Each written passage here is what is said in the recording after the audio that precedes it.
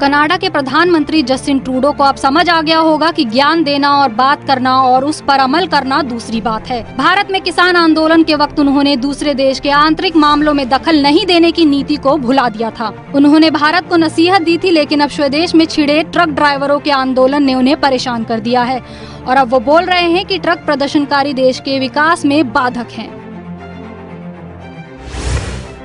Anti vaccine प्रदर्शनों से हालत बिगड़े, सड़कों पर ट्रकों का लंबा काफिला, पीएम ट्रूडो प्रदर्शनकारियों पर भड़के। कोरोना महामारी से दुनिया भर में दहशत का माहौल है। इस बीच कनाडा में कोविड प्रतिबंधों और वैक्सीन के खिलाफ जोरदार प्रदर्शन किया जा रहा है। ओटावा में इमरजेंसी लागू है। कनाडा में कोविड वैक्सीन को अनिवार्य किए जाने और प्रतिबंधों को लेकर ट्रक ड्राइवर काफी नाराज हैं और वो जमकर प्रदर्शन कर रहे हैं।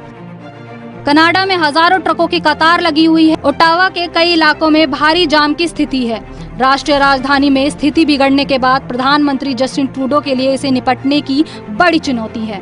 हालांकि प्रदर्शन को देखते हुए प्रधानमंत्री जस्टिन ट्रूडो अंडरग्राउंड हैं और वहीं से वो देश का काम कर रहे हैं, मगर ट्रक चालक मानने को तैयार नहीं। स्थानीय निवासी लगातार हॉर्न बजाने और डीजल के धुएं से काफी प्रभावित हैं।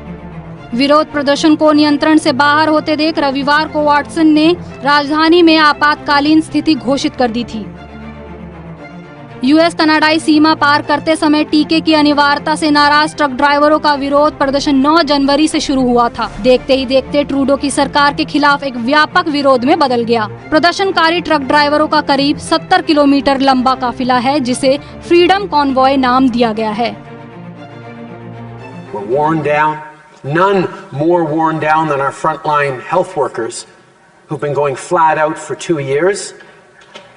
But everyone's tired of having to wear masks, having to follow public health restrictions.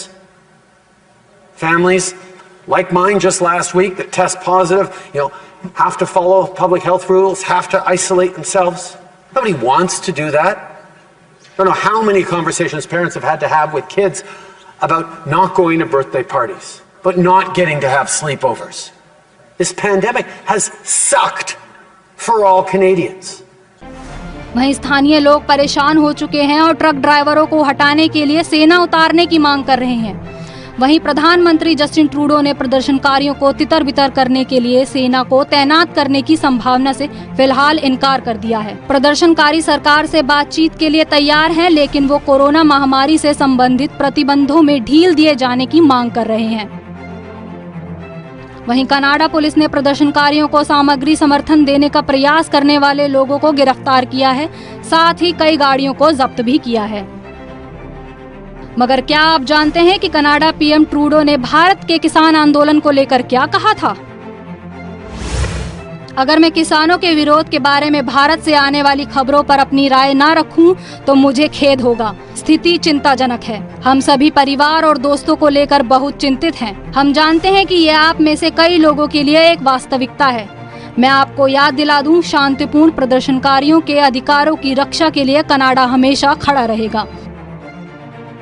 वहीं अब जब कनाडा में जस्टिन ट्रूडो के खिलाफ प्रदर्शन हो रहा है, तो वो ट्रक ड्राइवरों के खिलाफ सेना उतारने पर विचार कर रहे हैं। यानी कि दूसरों को संदेश देना आसान है, मगर जब खुद पर बात आती है तो विचार और विचारधारा बदल